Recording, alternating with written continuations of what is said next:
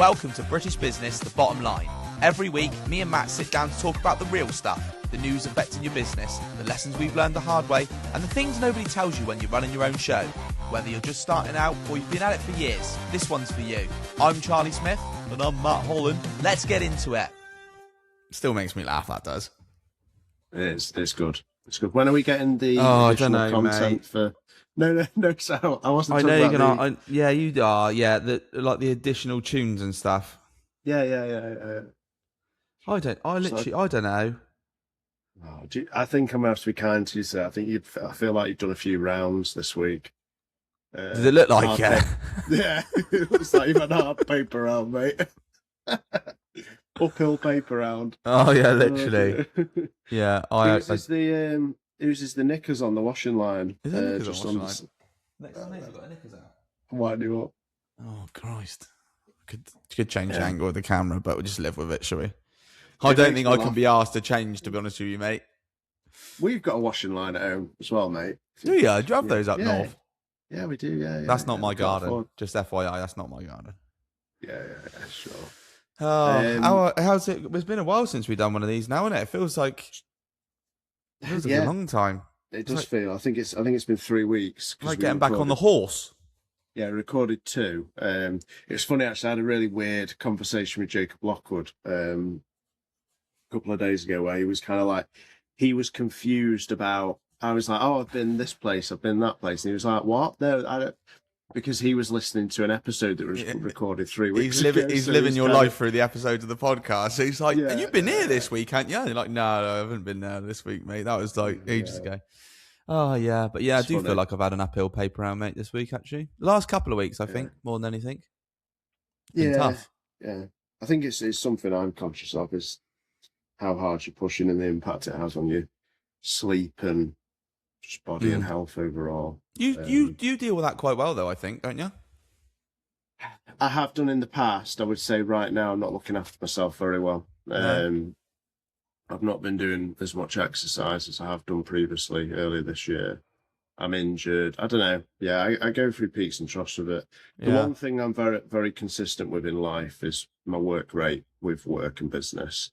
And often what happens is other areas of my life kind of have to be temporarily sacrificed a little bit, particularly health, food, and exercise. That's the thing. Food's a big one, isn't it? Food's a big one. Sleep. Yeah. Food and sleep are massive. I think it doesn't take me very long to get off with a few bad nights sleep or a bad week or a few short ones. It doesn't take very long to get off that wagon, and I think food does as well. To be honest with you, I was at this mastermind retreat last week, and there's this guy Josh there who mega impressed me. Absolutely phenomenal business, tennis coaching business, where they do like holidays for people that want to be coached and taught tennis by pretty good coaches. Yeah, when they're on holiday, basically. But it was funny because like there's all these entrepreneurs who many of which don't see daylight on a very regular basis, like me, and then there's him, this kind of bronzed god, full picture of health. Yeah, full picture of health, and I'm like, But what I would say is he's just disciplined with it. Like me and him went to the gym together, and I think he was expecting some kind of like frail, pathetic human, and he was quite surprised that I'm strong. But I said I've not been training. So then the next couple of days, my arms were just absolutely destroyed. But he looks after himself, so it is possible. That's the point. And you do see these ultra high net worth individuals, successful business owners, entrepreneurs that do look after themselves are in a healthy position. So I just need to. I've not unlocked that hack yet, where I've locked in and got myself sorted. But maybe at some point I will. You don't need that on a retreat, though, do you? Seeing that, I'll be like, mate, will you do me a favour? Just fuck off. Stop showing me up over here. Well, it's funny. There's this other lad, Matt, who's got a electrical consultancy, electrical something business. He's got 72 staff. You were listening then? Yeah. What? You were listening to him then? Yeah, I was listening to him. Yeah, and he was like, "Fucking hell, Josh, what are you doing? Look at me. Why are you doing this to me?" Yeah, literally. I was feeling good. I'm sat by a pool in Spain, and then you come out and ruin it for everyone.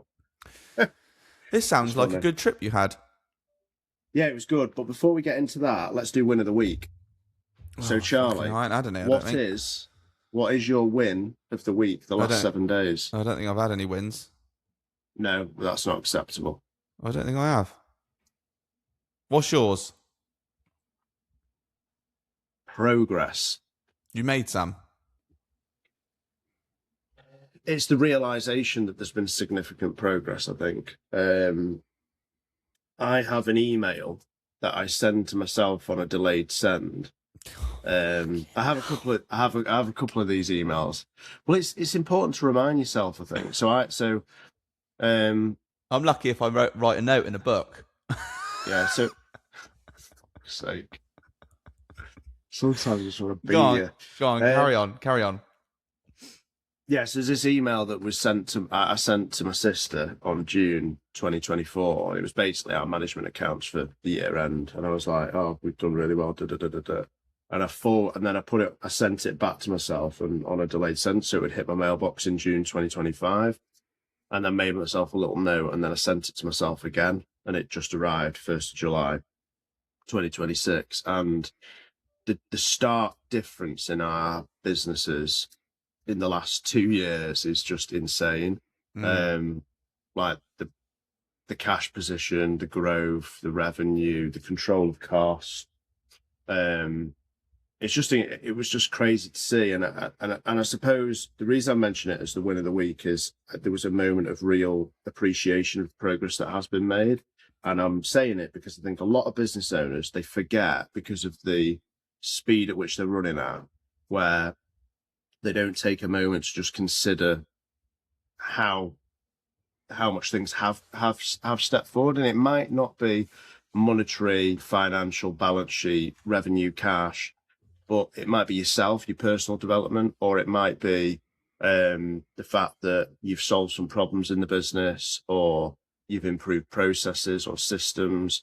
But I just think it's really important to appreciate progress. And I just wanted to say that at the start of the episode, because I think everyone has got a win that they can think about. And I'm not accepting the fact that you've sat there and said, I don't have a win of the week. I think it's despicable. My win of the week. Do you want my win of the week then? I've just had time to think about it now. Back a fag packet, didn't listen to a word I said. Go on. So, no, I did listen to a word you said. That's an important point you raised, though, because it's something that we don't do very often. And we've also spoke about that in previous episodes. Yeah. And you're very much like this, aren't you? Tunnel vision. I'm guilty of that. Always thinking forward, and often never. I wouldn't say never, but you're not necessarily. I'm not just saying you. Don't take offense to it, but like there's a dissatisfaction quite often with the trajectory in which you're going and how fast you're going and where it's moving, where you kind of see the issues and you try and fix the issues. Let me hit you with a perfect example of that with me, right? So I'm stood in the gym with PT Lucas, and I say to Lucas, I feel just mega frustrated, mate, because I just feel like I've made no progress. I've got this knee issue. I've got plantar fasciitis in my foot. I can't run. It's stressing me out. All this negativity just fucking shuts him. He was like, Matt, in the last 12 months, you've run 3 marathons. And I was like, you fucking bastard. Yeah. Okay. Brought you that down to earth with a bump. Yeah, it is because you're worried about now and the future, aren't you? So like this, in this particular moment in time, you're dissatisfied and you're unhappy with that situation. But if you stop and realise that actually, 18 months ago, you weren't even running at all. You know, when we started doing our little challenges, and I beat you in that first month and then never beat you again in the January of 2025, you think that the difference between then and now is so stark, like it's huge, but you're kind of focused on like right this moment, how are you feeling? I'm not doing well enough. And I think that's something that's reciprocated in your business and your life. I think we're all guilty of that. We certainly, I mean, we managed to get to a point where and it's sad, this will sound terrible to you because it will really disappoint you, but like we managed to close off our end of year for 25, 20. What year are we in? 26. We're in 26. We managed to close off. We managed to close off and submit our year-end accounts earlier than we ever have done. Admittedly, it wasn't in the little 2-week period that we set ourselves at the end of March, but we've managed to get them in and submitted and everything tidied up earlier than any previous year that we've ever been trading, which I think is a real win for us and gets us in a position where we can start looking at like our management accounts and stuff a little earlier and reviewing them earlier than we have done before, because quite often we've been guilty of just leaving it. I think that's a win. Yeah.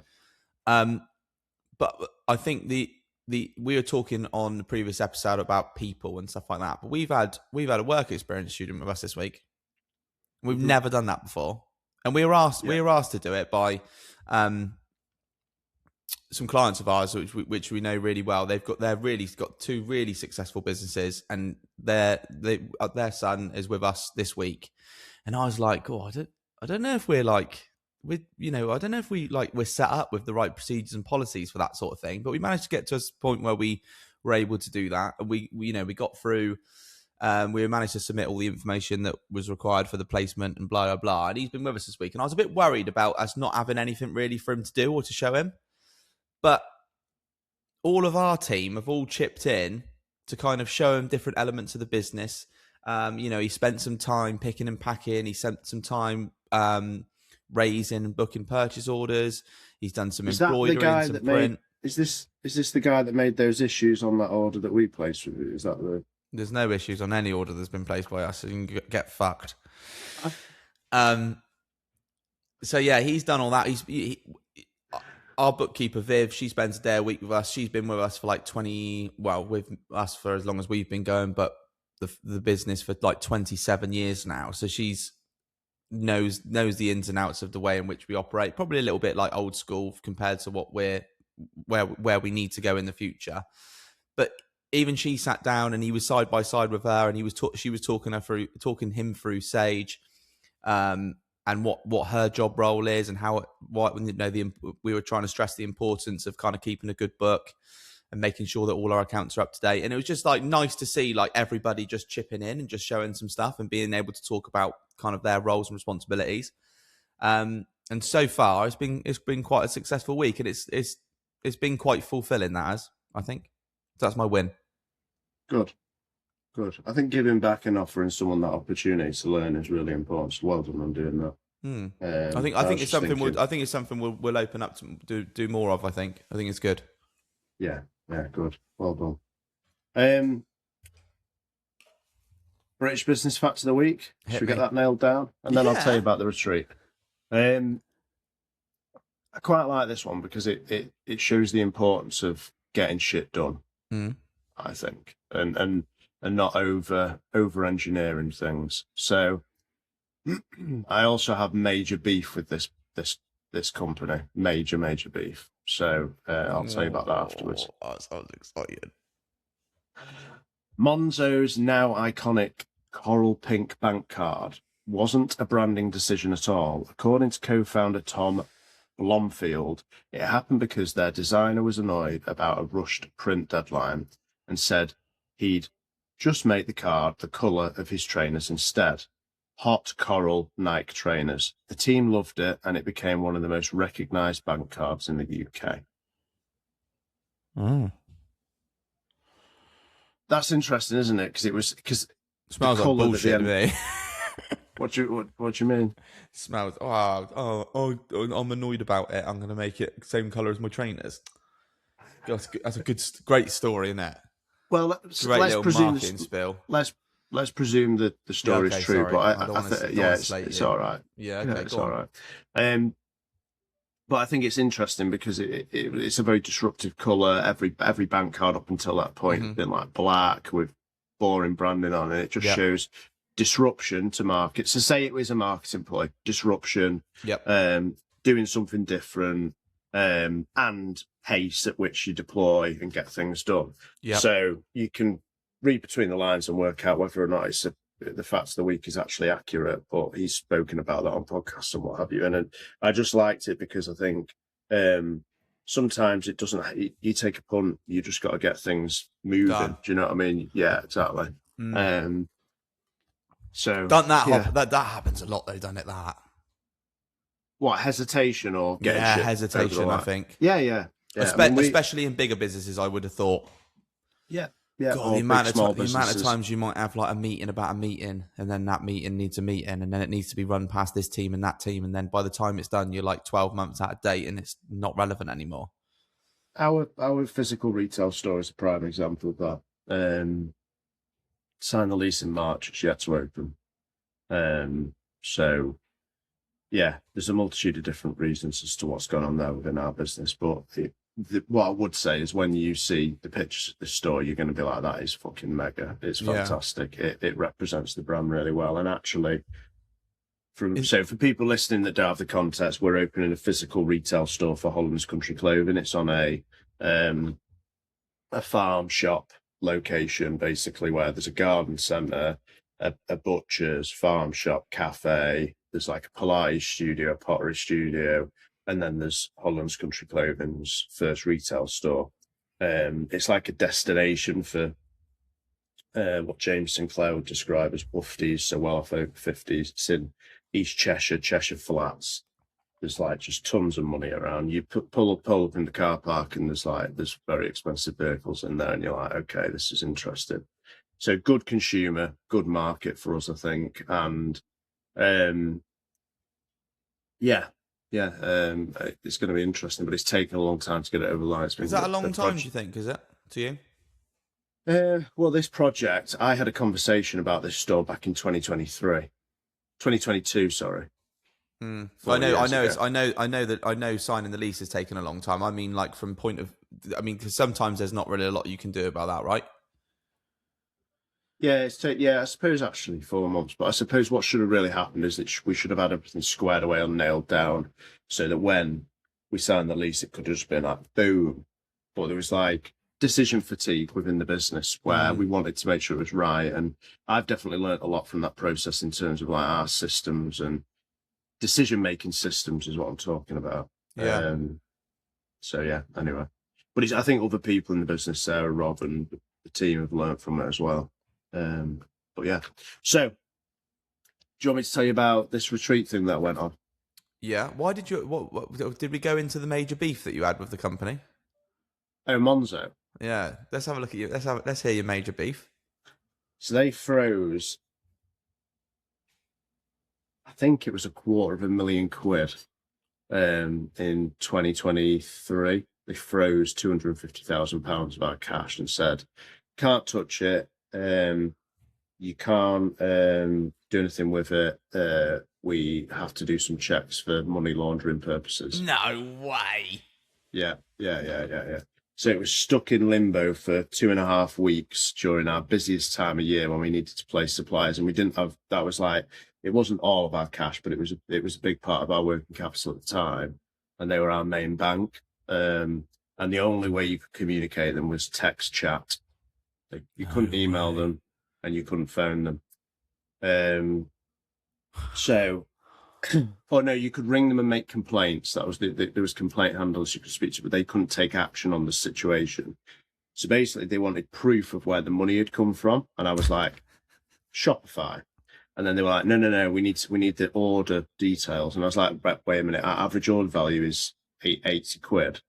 Like, you want us to give you each individual's order? And they were like, and this person on the other end of the live chat was like, yeah. And I was like, that's what's 250,000 divided by 80. It's like, that's not going to work. So in the end, we went round and round in circles. They released the money, but we stopped working with Monzo for that reason, because they just, not necessarily because they have to do certain checks. And basically what happened is we'd gone into super peak volume, and they were like, where is all this money coming from? And they had to do the anti-money laundering stuff. But it's coming from the fact we're actually doing really well. Yeah, well, it was just, yeah. But it was the poor customer service that we received in relation to me kind of saying, I've got to make payroll, I've got to pay suppliers, and you've frozen our working capital. What the fuck? I did a formal complaint, and they gave me £50 as compensation. It was great. Fuck Monzo, basically. Monzo are fucking wankers. That's my thoughts on the matter. Don't clip that as well, Charlie, and put that on Instagram. But... Love that. Yeah. Oh, dear. Not that you find it on Instagram, but yeah, I will absolutely. Yeah, we'll get back to it. Don't worry. It's all in hand. It's all in hand. I'm chill about it, mate. Don't worry. I'm not gonna sack you or anything. So your retreat. Yeah. So I was invited by a guy called Ryan Harris to go on this retreat for free, which was very nice. Should have paid for my flights. Yeah. Just really great few days away from the business with other entrepreneurial people. Met some really cool business owners. Learned a lot, and today's topic is to do with it. All will be revealed in a memento. But yeah, it was run by a guy called James Burke, who owns a franchise of Action Coach in the UK. He's a bit of a keynote speaker, really, really incredible marketer. Yeah, he's good. I liked him. I'd put him in, like, if I were to, like, you know, you go on YouTube and sometimes you get those like S tier, A, B, C, D kind of where you rank things. I'd put him in S tier. He's superior. He's exceptional. Good. So that was good.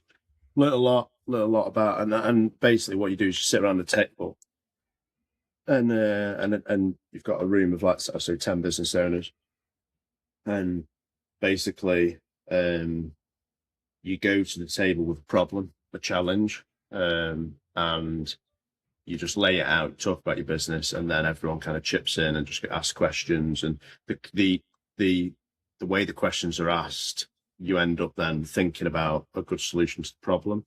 So it was very effective for me to overcome something that's been in my head for a little bit. And what was the key learning from the little trip? What was your main takeaway? Saying no. Okay. So I need to say no more. I need to, if someone comes to me with a problem or a question, I need to say, what do you think we should do? And then say, go and do it. As opposed to being the problem solver for everyone. For every micro detail. Yeah. That's I would say my biggest takeaway. Makes you feel like you don't care though when you say things like that, doesn't it? No, but it's how you deliver it and how you articulate that. Yeah, no, but like your own personal, you know, I think sometimes with that sort of thing, you do question yourself, like, should I be into that detail? Is that something I should actually, do you know what I mean? Yeah. I think there's an innate thing where you're like, oh, you want to be all over everything. You think this is like my business. I should know about these things. I should be involved in these things. I mean, more often than not, I keep on getting asked questions at the moment. I'm like, I ain't got Scooby-Doo about that. And then I think, is that a bad thing? But the reality is, it probably is a very, very good thing that I don't know anything about that, because I probably shouldn't. Do you know what I mean? But at the same time, you're still thinking, God, fucking hell, like, I don't know nothing about that. Should I know something about that? Yeah, you're right. I think, but I think actually it's a skill set thing. So, and I would say that you are probably super knowledgeable on your niche business, and understand the business, and you're detail orientated, and that is how you make it. That's how you create a good business. Like, you have to be detail orientated. You have to be a bit micromanaging. But then you get to a certain level, the level where I am now, and it's like, right, well, if this business needs to grow, I need to get rid of those skills, and I need to stop doing that. Yeah. So that I can focus on bigger stuff, because I've got people in my business that are capable of doing that. Yeah. And that's so there needs to be an evolution of me. And every business goes through those stages. Every business owner has to go through those stages of evolution for the business to grow. Yeah. That's what I'm kind of realizing this last 12 months, is I need to change. That's the big, and I know we've talked about this a little bit the last few episodes. I think we touched on it. So have you made a start already then? On what? That. Yes. Yeah. It's something I'm very, very conscious of. But actually what I've realized is it needs to happen below me first as well. Mm-hmm. So there's a capacity issue whereby probably you've got me, then you've got, if you like, senior leadership team or people that are of importance in the business, who then aren't delegating beneath them because there's a capacity issue underneath them. Mm-hmm. So we need to solve the capacity issue underneath them so that they can delegate more, so I can say no and push back and ask them to solve more decisions themselves. Otherwise, you're kind of loading up on the likes of Danny, aren't you, and trying to ask him to solve everything. In which case, you're in the same boat, just one level down. Yeah, so I need to learn this so that then I can challenge Danny on it, and then get him to say no more to people underneath him. But it's interesting. So I'll keep you up to date on how I get on with that. And thank you. I mean, I'm going to be a king in exile soon because I'm going to France for 6 weeks. So that will force some of this kind of behaviour where I'm not going to have a choice. I can't get involved. You won't be able to. You won't be here. Yeah. That's going to be quite interesting, that. Yeah, carry on. Do you want to know the title of today's episode, 25 minutes in? Yeah. I don't even know why we're here. The 90-day delusion. Delusion? What do you think that? The 90-day delusion.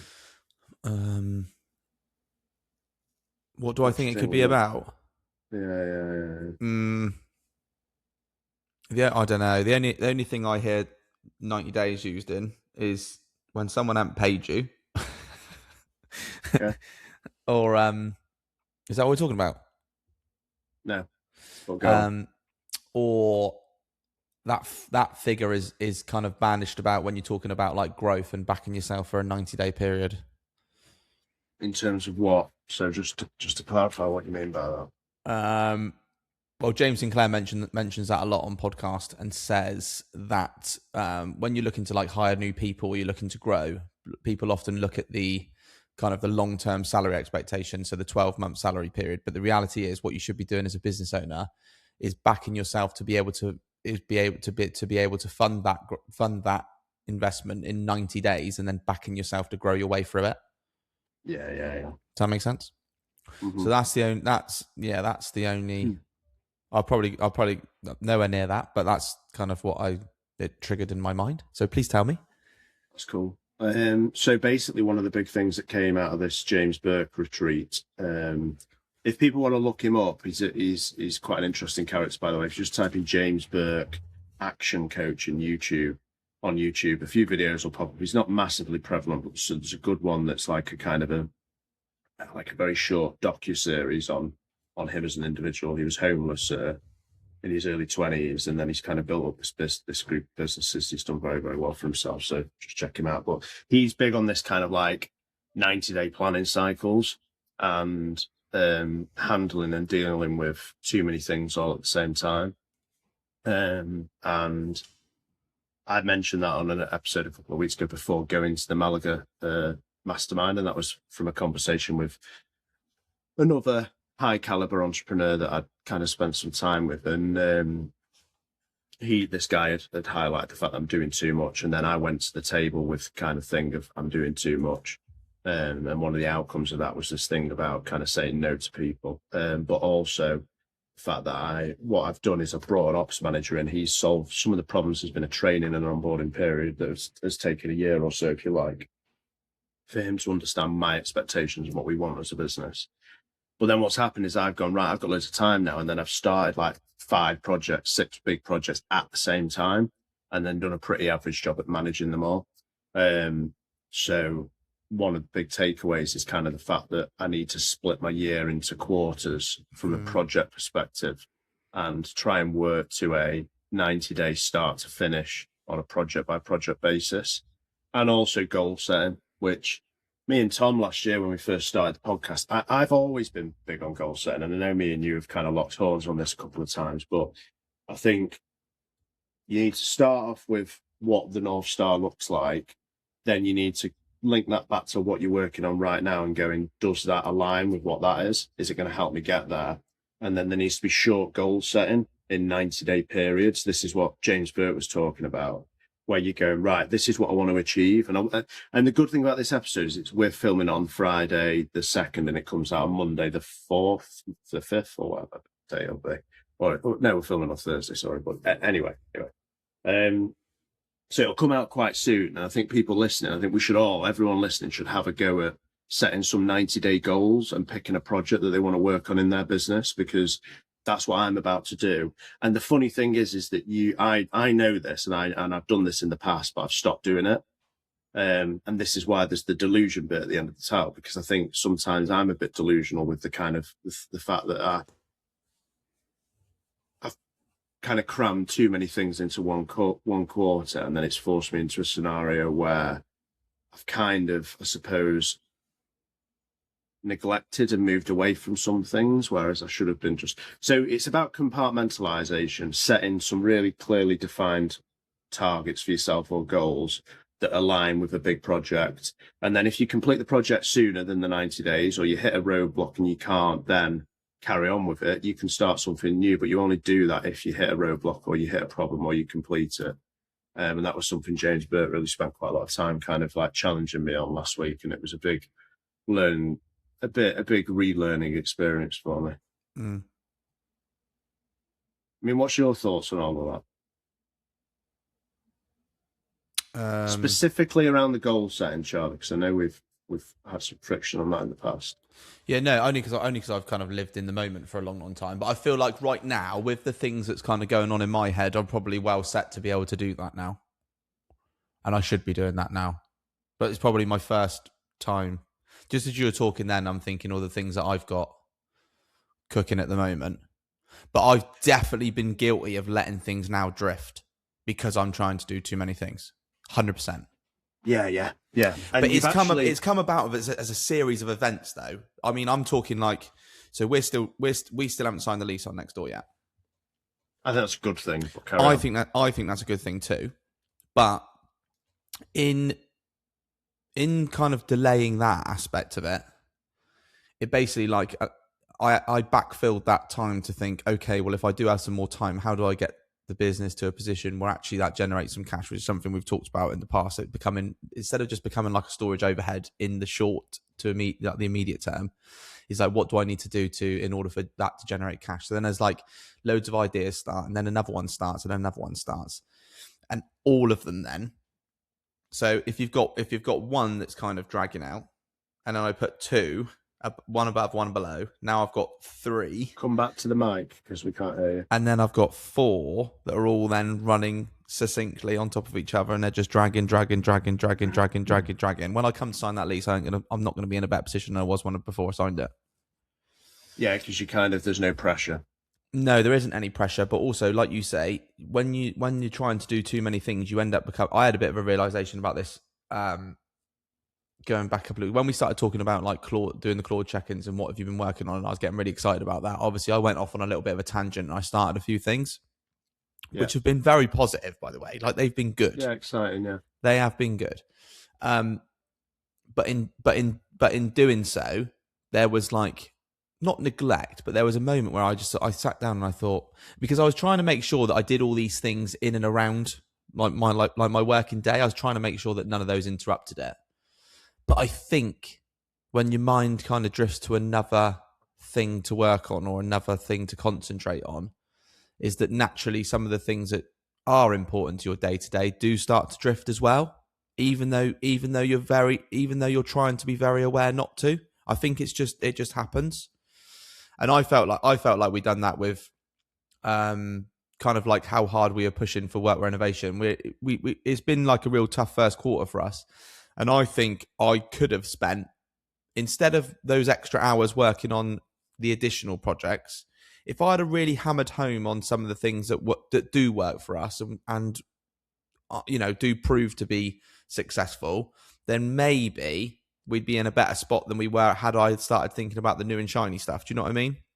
Yeah. And then you just end up becoming the problem with like trying to do too many things at once is that they do end up taking longer, but also you end up becoming a bit of a jack of all and a master of fuck all. You said we've said that before, haven't we? Like you said in a conversation, you need to focus.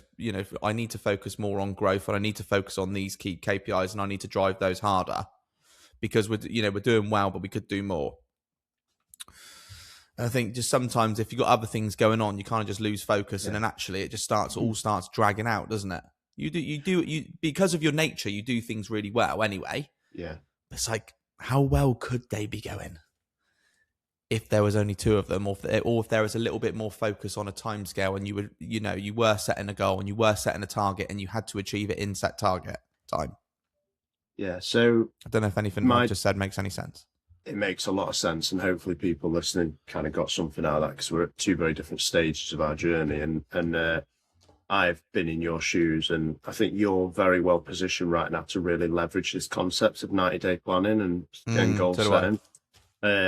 But also, that I know for a fact there's a couple of people I know that listen to this podcast who are in a very different situation in their business, where they're operating and they're kind of like heavily bogged down in the day-to-day. Now, for those people listening, I asked this question to James Burke, and he said it should be a 10% rule. So you should always be putting aside 10% of your time on a monthly basis or a weekly basis to focus on a big project or something that's going to change and improve the business.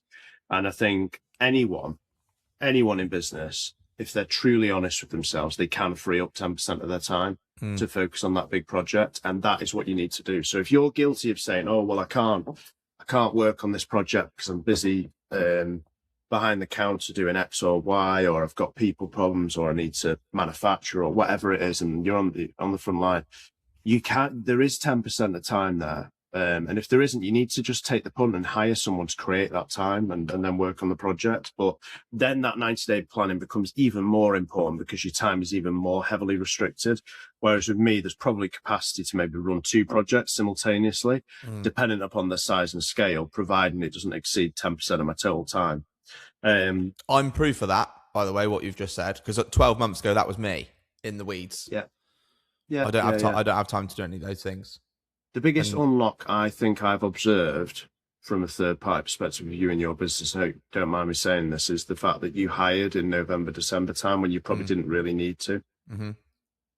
That's been the biggest change point for you. Agreed. Because that's allowed your mid-management, or the people that have been in the business a little bit longer, rather than being sat on the machines operating, more junior people have come into the business, and then senior management can delegate into mid-management experienced people. So like Kieran as an example, rather than him being on the machines all day, every day, he's got people on the machines, which has then freed up a little bit of time for him to support you and Tom a little bit more. Yeah. That's what I think has happened. That has happened. Correct me if I'm wrong. Yeah, no, that has happened. Yeah. And I don't think I would have even been able to think about some of the things that we're doing without everything dropping off a cliff if I hadn't have done that. So yeah, and that's where like delegation, systems and processes come really in hand when you onboard those people into your business and all the rest of it. But to stay on track with the 90-day plan, one of the things that came out of the conversations that happened last week was a plan for me.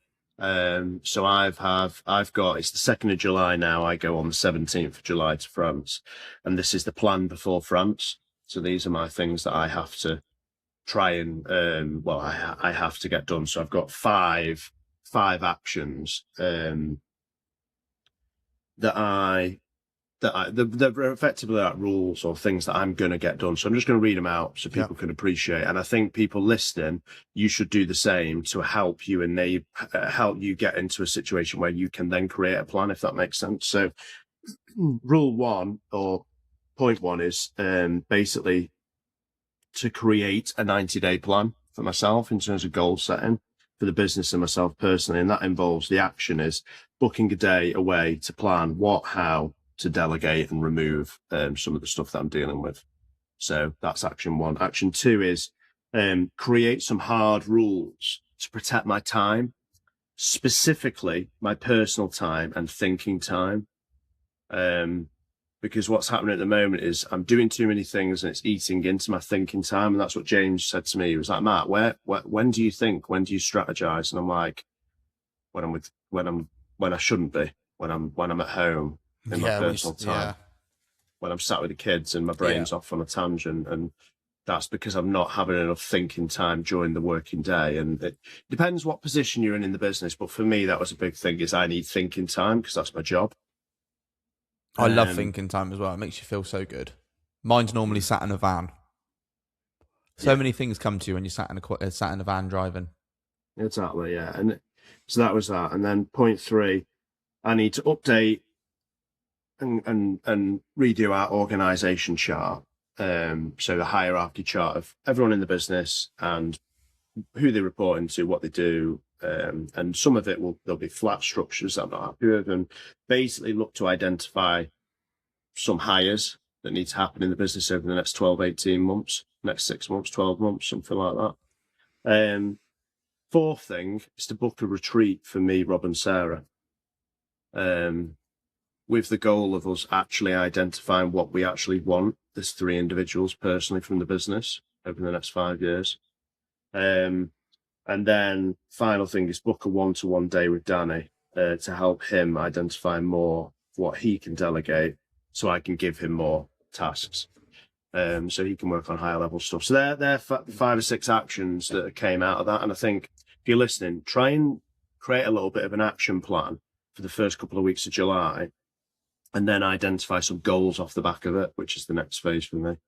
But I just thought I'd share that. And that's genuinely what I've written. I've shared everything there. There's nothing too sensitive, but I think that'll really help some business owners. I'm going to do the same thing, and I'm going to report back to you on the next time we record. I'd love for you to do that, because I've often thought that.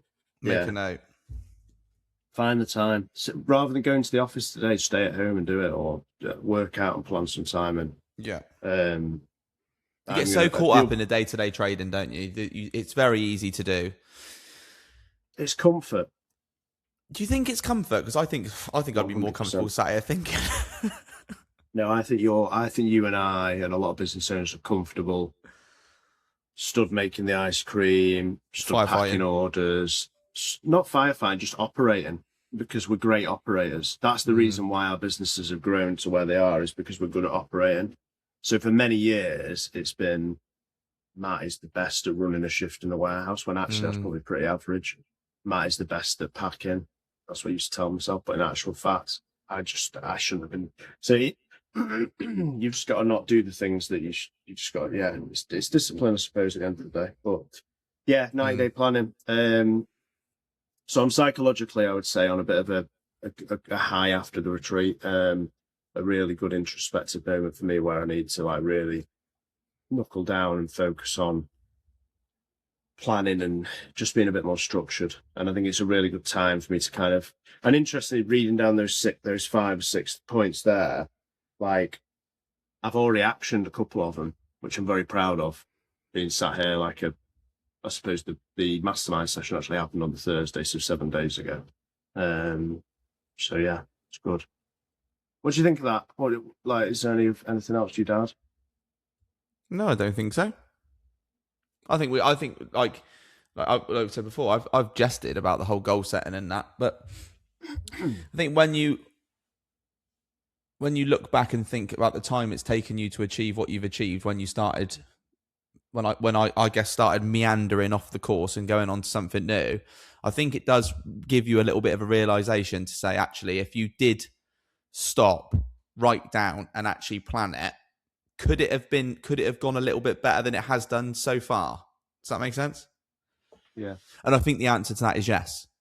It's always. I think with a little bit of structure and a little bit of planning and a little bit of foresight, I think it could be better than just kind of just worming on this little road and then seeing where it gets to. I think. Yeah, I agree. I think the problem is quite often I don't know what the fucking goal is. But if I was to chunk it down the North Star thing, it's still. And that's why I think that was a couple of good ones on the last comment from people like that as well. People getting involved. Yeah, but I think the North Star thing's important. The why, because otherwise, what you set in the goals. So what James Burt was saying was this kind of. He didn't use the terminology North Star. He just said, "What do you want?" And there was a couple of people that basically the answer to that question, and I suppose it ultimately is for me as well, is money and time. You want to have flexibility with money and time. That's why a lot of us are in business, and that is the unlock that allows you to do that philanthropic thing, that thing that is actually the driving motivator, whether it's to help other people, whether it's to see other people grow. And I've talked about those things in the past, or just be on the journey and see and experience this kind of this change and evolution of yourself. But I think time and money is the overriding kind of that's what has to happen to enable the North Star. So you have to work towards time and money first, but then have in the back of your mind what you actually want to do. To go back to last week's episode, but you need to understand that to be able to build the plan for the 90 days, because otherwise what are you working towards? If you can't answer the North Star question because you've not and I'm struggling a little bit with it, just focus on money and time as being the primary goal, because that'll allow you to build a plan around, I need to create a situation where I have more time to think and I have more money within the business and outside the business to do the things that I want to do. whether that's business or personal. So then you can then crack on and build that plan out. So yeah.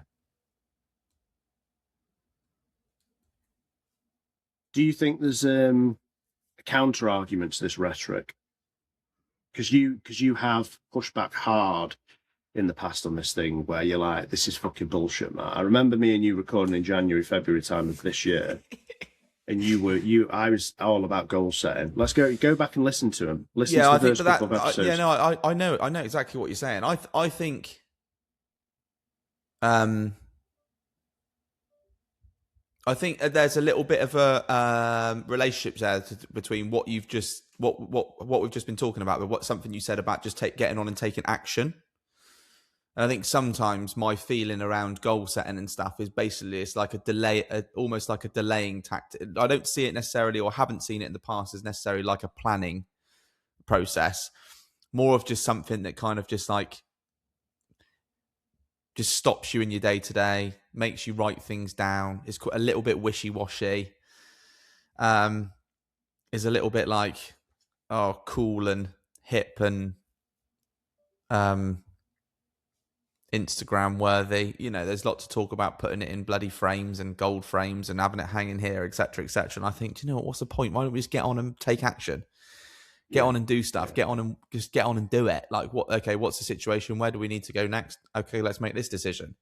And I think you probably need to strike that balance between that, because I think if you're living rigid by a set of rules and a set of plans that you've put in place, and that's what you're going to live by, then actually you might not necessarily take the same level of action you might do in the moment when something arises. And that's what gives us that.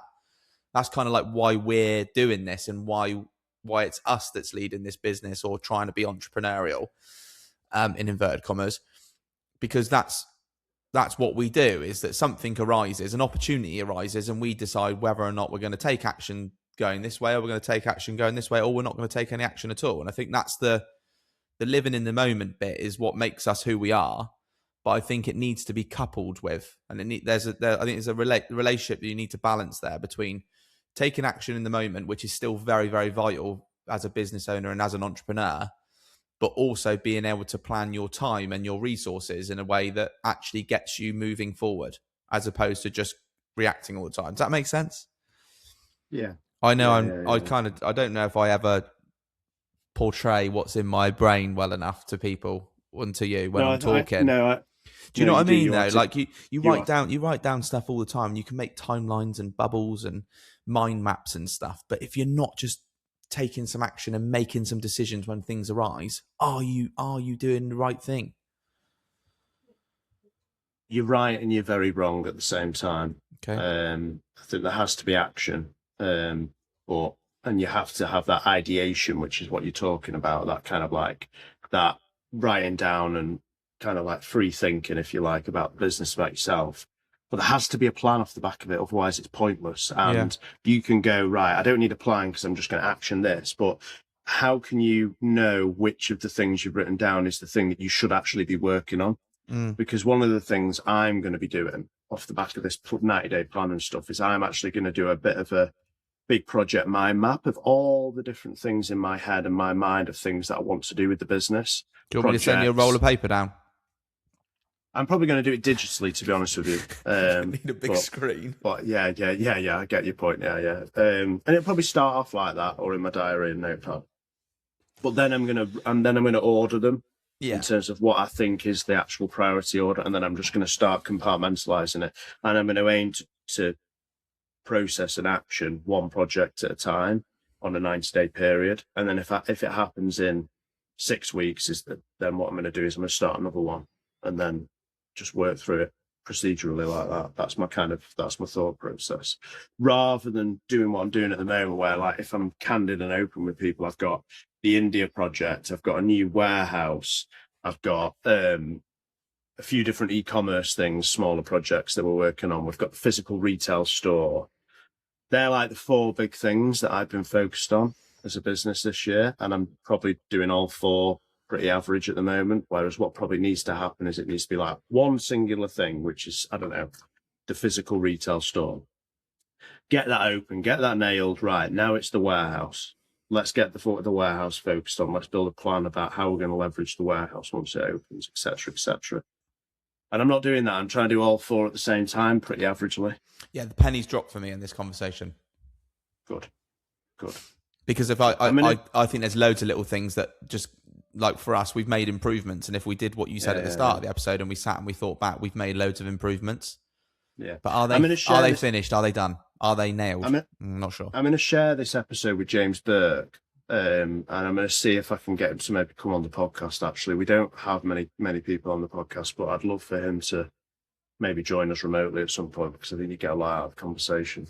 And so would I, and so would people listening. So I'll see if he's up for doing it. Yeah. Should we do Claude's question of the week? Yep. Right. Are you ready? Yeah. I'll wait for you to finish writing down what you're writing down, because you're not ready yet, are you? Yeah, no, I was going to write the question down, so I remembered it because I didn't have to. Right. But I also think I've kind of worked out what my North Star is as well. Well done. What's one thing on your to-do list that's been there for 90 days or more, and what does that tell you about how you actually plan versus how you think you plan? Well, so you've said I've got a plan. You've said that your plan is write ideas down and then take action. That's what your last point was.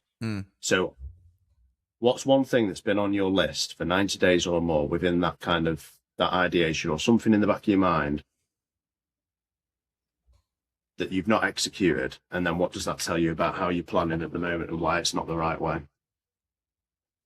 Well, the most obvious thing is the Workwear Innovation website. Well done. Yeah, and I think that's one of the most important. Something we spoke about multiple times. 6 months ago? Yeah, like, we won't say what it is, but you've worked on a separate website project, which was exciting and shiny. But in actual fact, you've got this amazing business that needs a better website. Which one should have been the thing you should... Yeah. I know. I've realised that anyway. I thought you had. But I've just kind of spelt it out to you a little bit more, I suppose. And that shiny thing that you've built, amazing, beautiful.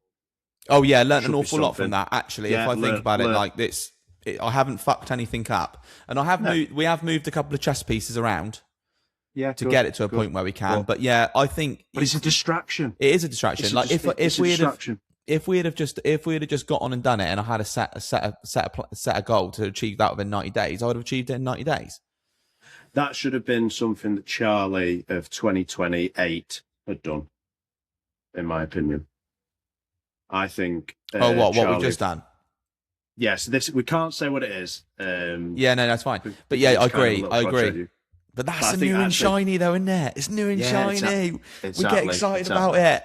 We just do it. We just can't help but do it. We know we shouldn't do it as well. Yeah, but we do. Yeah. But I realise that I'm very aware of that. I am very aware of that, and that's going to be the first. That's going to be the first 90-day challenge for me. Yeah. Well, it'll be challenging for me as well, literally. Okay.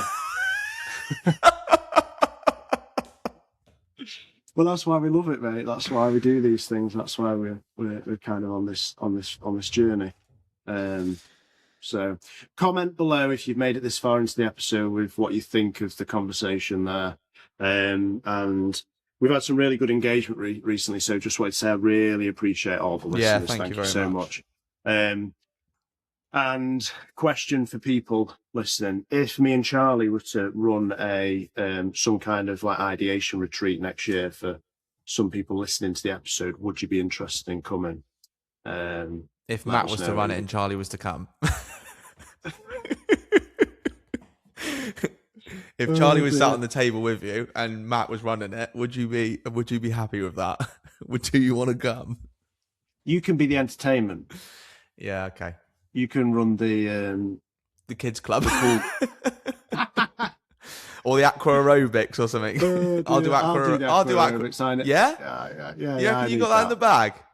What else could I do? Badminton. I'll do badminton and balls. I'd like to participate in the aqua aerobics. Oh, okay, fine. I'm getting a bit older with my injuries and stuff. I couldn't go for it. Like if we do something like that, we'll get Pete from Happy Strike going and running 50 miles. That's what he sent me a picture. He run 50 miles the other day, and I was like, fucking animal. I felt rather insignificant. Let's just say that when I saw it. I was like, you fucking absolute machine. Right. Anyway, we'll leave it there. Cheers. Thanks, guys. Thanks for listening.